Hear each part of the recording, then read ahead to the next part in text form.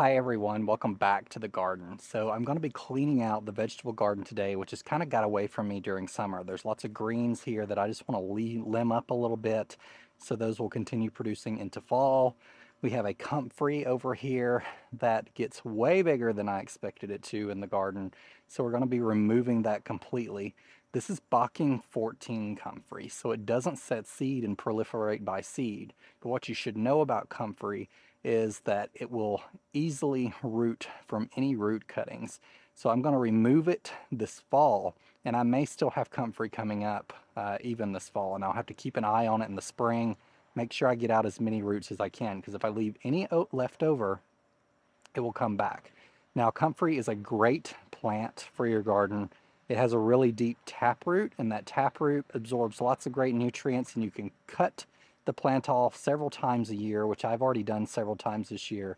And then you can either add it to like a tea, a compost tea, to get those great nutrients back into your garden. But I found that I really love to just chop the leaves off and drop them on top of my garden beds. It's kind of like a living mulch, and they'll break down over time and add those great nutrients back into the ground.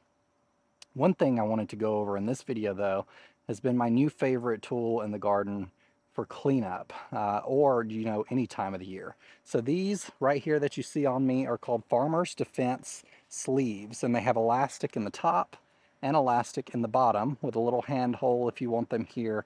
And I have really sensitive skin. So I mentioned in a recent video that I have a really bad allergy to viburnum.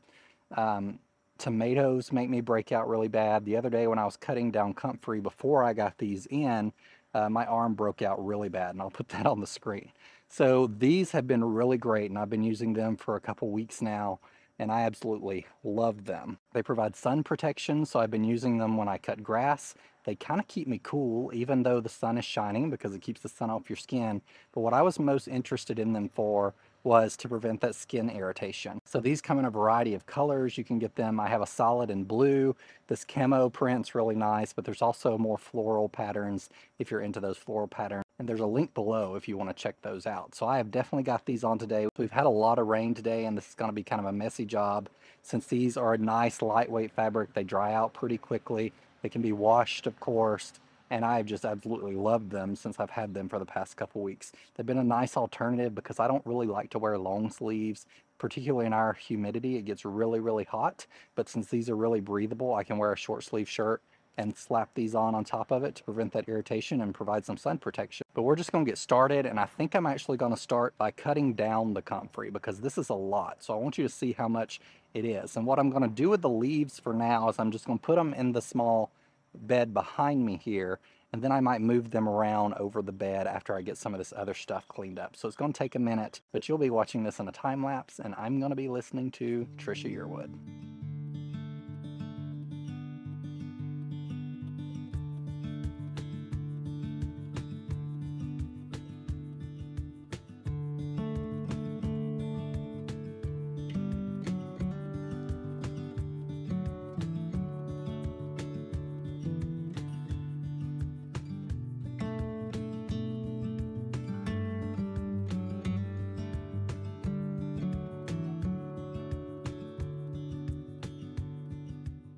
So the reason they say only plant comfrey where you want it to be forever is because the roots tend to break up really bad. You can see they almost look like carrots, but I got this comfrey as root cuttings as well. So you can go online. I think I ordered mine actually from Etsy, and you just want to make sure you have 𝗟𝗶𝗸𝗲, otherwise it's going to spread by seed as well, and then you will have a mess on your hands. But these could be replanted. These could even be cut into smaller bits and planted, or give it to a friend, which is what I'm going to be doing because it can be used as that great compost alternative like I mentioned.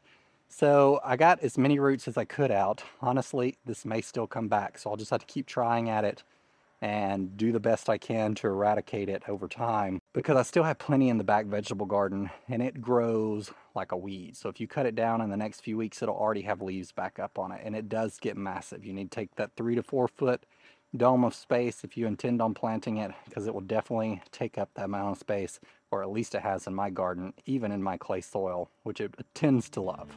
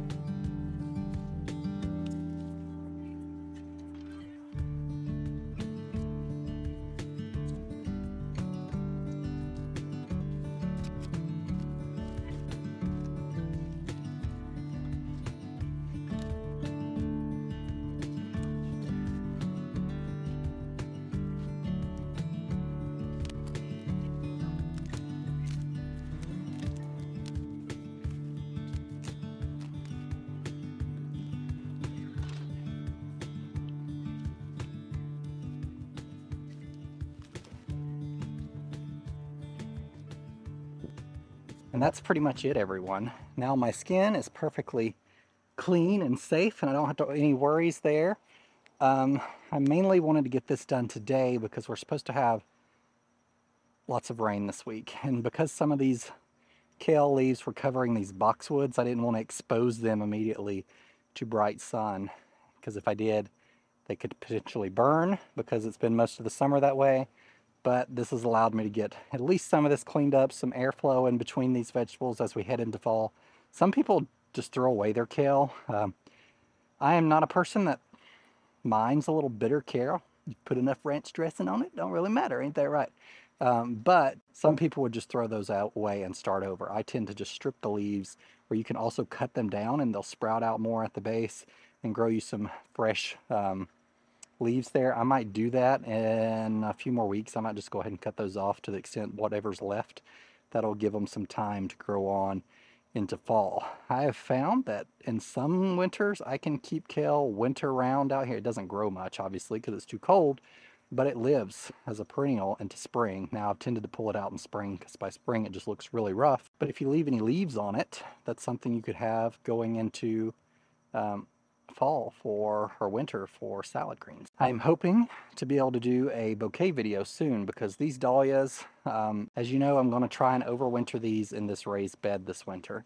As good as they have performed this year in this bed, it makes me want to pull them up and store them again. I'd had the past 2 years as like 2021 and 2020 I grew dahlias. 2020 I grew them all in the ground. Most of them died, complete mush in my clay soil.